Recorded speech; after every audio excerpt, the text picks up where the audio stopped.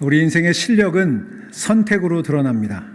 어떤 선택을 하느냐, 그게 그 사람의 인생의 실력이 됩니다.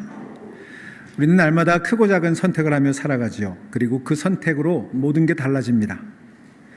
우리는 한 나라의 운명과 미래를 결정할 정치 지도자를 선택하는 일에서부터 마켓에 가서 라면 한 봉지를 선택하는 일에 이르기까지 원하든 원하지 않든 날마다 갖가지 선택을 하며 살아가게 되어 있습니다. 물건을 선택하고 사람을 선택하고 장소를 선택하고 말, 또 생각, 이것도 선택하죠. 제도, 이념, 가치관을 선택하며 하여튼 우리는 쉴 사이 없이 선택을 하는 선택의 연속 가운데 살아갑니다.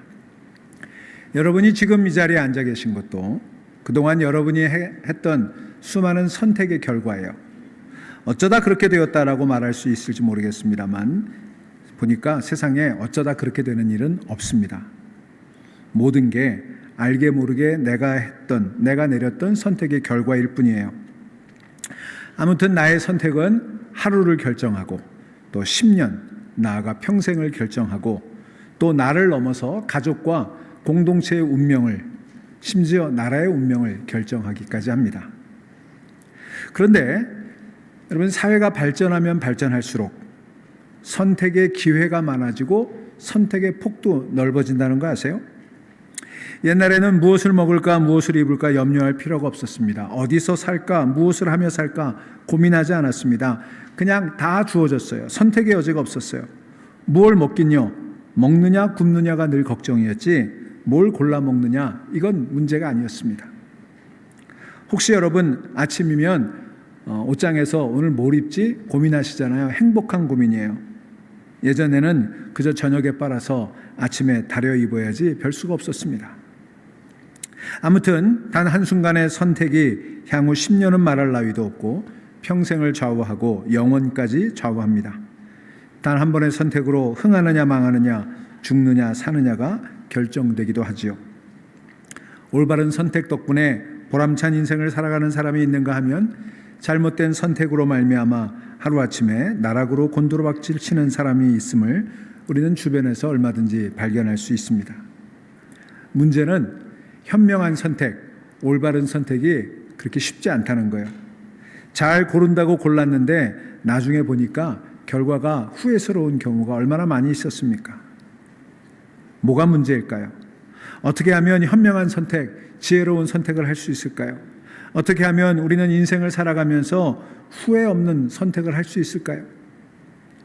세 가지 선택과 관련해서 중요한 점을 나누고자 합니다. 첫째로, 선택의 기준이 중요해요.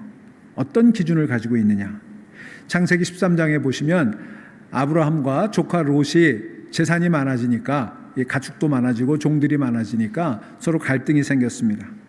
그래서 우리 다투지 말고 서로 헤어지자, 따로따로 이제 독립을 하자, 이렇게 얘기를 하고 아브라함이 조카 롯에게 네가 먼저 어디로 갈지를 결정해라. 그러면 나는 너하고 다른 쪽으로 가겠다. 이렇게 이야기를 하죠.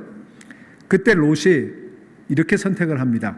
성경에 써 있기를 눈을 들어 요단 지역을 바라본즉 소알까지 온 땅에 물이 넉넉하니 여호와께서 소돔과 고모라를 멸하시기 전이었으므로 여호와의 동상 같고 애굽 땅과 같았더라. 그러므로 롯이 요단 온 지역을 택하고 동으로 옮기니 그들이 서로 떠난지라. 롯이 보니까 요단 땅이 아주 좋아 보였어요. 그런데 그 좋아 보였던 땅이 소돔과 고모라 땅이었습니다. 롯은 나름대로 심사숙고하고 신중하게 정말 좋은 곳, 정말 행복할 만한 곳을 선택을 했죠. 그런데 그 선택이 소돔과 고모라 땅, 멸망의 길이었어요. 그는 거기서 재산도 잃고 아내도 잃고 다 잃어버렸어요. 롯의 선택 기준은 좋아 보이는 거였습니다. 좋은 것을 골랐는데 그게 망하는 길이었어요. 여러분도 그렇지 않습니까? 좋았다고 골랐는데 결과가 늘 만족스럽던가요? 여러분이 그렇게 좋아 보이는 것들을 선택해서 만족해 사십니까? 당장 옆에 있는 분을 한번 보세요. 만족스러운지 아닌지. 여러분, 우리 기준이 바뀌어야 돼요.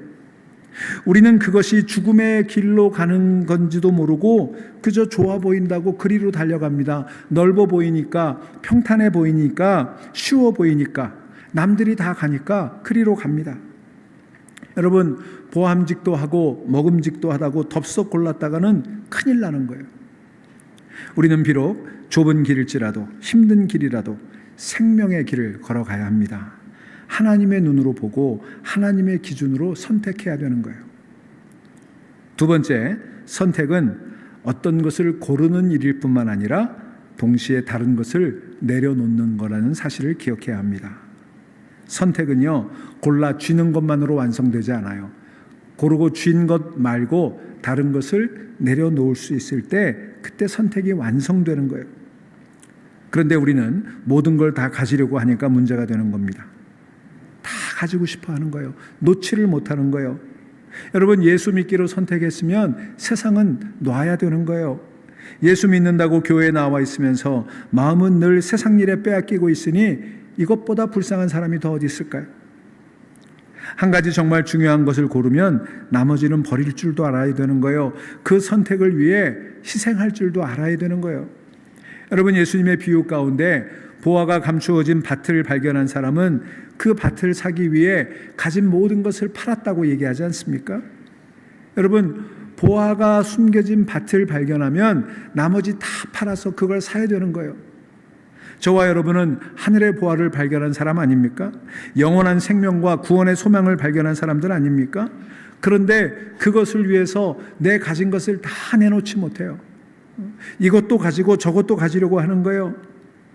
그저 시답지 않은 세상의 부귀, 영화, 쾌락의 마음을 빼앗겨서 교회와 세상 사이에서, 믿음과 쾌락 사이에서 방황하고 있는 것 얼마나 어리석은 일입니까?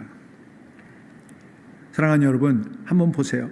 하나님은 우리를 구원하시려고 우리를 선택하셨기 때문에 다른 걸 다 버리셨어요. 저와 여러분을 선택하신 하나님은요, 하나님으로서의 자존심, 하나님으로서의 체면 다 버렸어요. 그리고 마침내 당신의 독생자 예수 그리스도까지 십자가에 내어 주셨습니다. 그 선택을 위해서. 우리를 사랑하시고 구원하시려는 당신의 선택을 위해 다 버리신 거예요. 예수님도 그렇게 하셨습니다. 아버지의 뜻에 순종하여 하늘 보좌를 버리고 낮고 천한 이 세상에 오시기로 선택을 하신 예수님, 그리고 우리를 더 이상 종이라고 부르지 않고 친구로 부르겠다고 선택하신 예수님은 그 친구인 우리를 위해 당신의 목숨을 내어주셔 십자가에 죽으셨죠. 이게 복음이고 이게 기독교 진리의 핵심이에요. 마지막으로 선택과 관련해서 우리가 간과해서는 안 되는 중요한 사실은 이것입니다. 내가 끊임없이 무엇인가를 선택하며 살아가는 동안 나 또한 누군가에 의해서 끊임없이 선택되고 있다는 거예요. 모든 선택에는 주체와 객체가 있게 마련입니다. 선택하는 쪽과 선택당하는 쪽이 있어요. 그런데 우리는 여태껏 내가 선택의 주체, 즉 선택하는 사람인 줄로만 생각을 했지 내가 선택의 객체, 선택당하고 있다는 생각을 하지 못했던 겁니다. 그래서 오만방자하고 교만하게 살아왔죠. 여러분, 한번 오늘까지 나를 선택해준 수많은 사람들을 생각해 보십시다. 나를 친구로 선택해준 나의 친구들, 나를 직원으로 채용했던 고용주들, 나의 회사를 선택해준 나의 직원들, 나를 아내로, 나를 남편으로 선택한 내 배우자, 나를 목사로 선택한 교인들, 나를 장로로 선택한 교인들, 한번 생각해 보세요. 혹시라도 나를 선택했다가 이내 실망하고 후회하고 나로 인해 수많은 세월을 눈물과 한숨으로 지내오지는 않았을까요?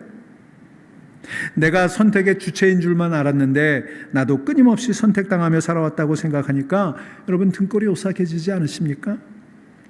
그들은 나를 어떻게 생각하고 있을까? 그 선택을 만족해하고 있을까? 여러분, 여기서 우리가 반드시 기억해야 될 사실은 하나님이 나를 선택하셨다는 것입니다. 하나님은 죄와 허물로 죽을 수밖에 없는 우리를 자녀로 선택해 주셨어요. 내가 잘났을 때가 아니에요. 내가 완전할 때가 아니에요. 로마서에 보면 while you were still sinners, 우리가 아직 죄인이었을 때, 우리가 아직 연약할 때, 우리가 하나님과 원수되었을 때에 우리를 선택하셨다고 그랬어요.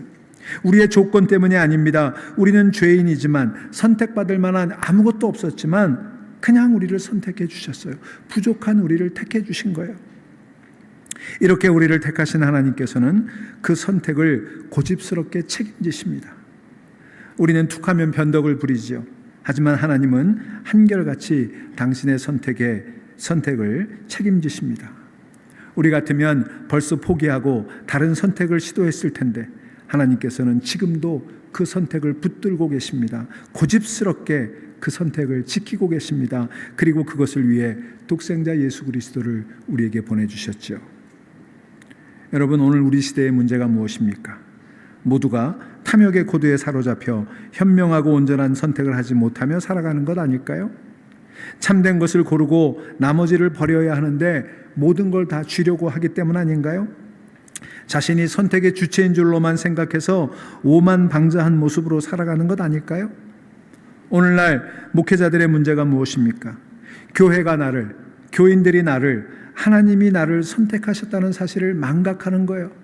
자기가 잘나서, 자기가 잘해서 그렇게 뭐가 된 것처럼 착각을 합니다. 오늘날 교인들의 문제가 무엇입니까? 내가 내가 목회자를 선택했다고 생각하는 거예요.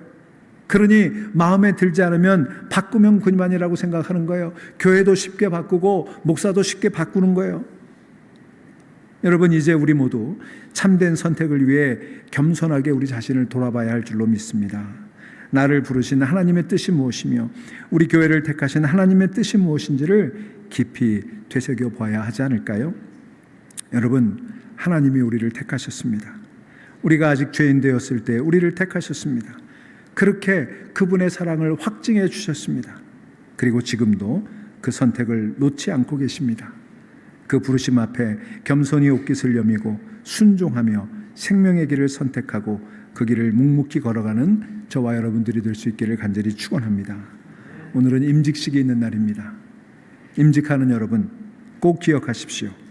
여러분이 선택한 것이 아니라 중앙교회 교인과 하나님이 여러분을 선택해 주셨습니다.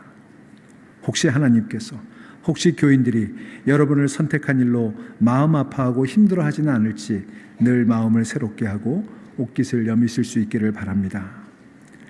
한 가지 당부하고 싶은 것이 있습니다. 아마 여러분 리 워렌 목사님의 목적이 이끄는 삶, Driven Purpose Life라는 책을 읽어보셨을 겁니다. 그 책의 첫 구절을 저는 기억합니다. It's all about you. It's not about you. 여러분에 관한 것이 아닙니다. 라는 구절이에요. 그렇습니다. 사역은 It's not about you. 내가 하는 게 아닙니다.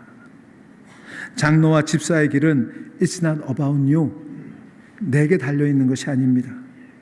여러분, 모든 일이 순탄하게 이루어지고 큰 성공을 이루었을 때 그때 꼭 기억하십시오.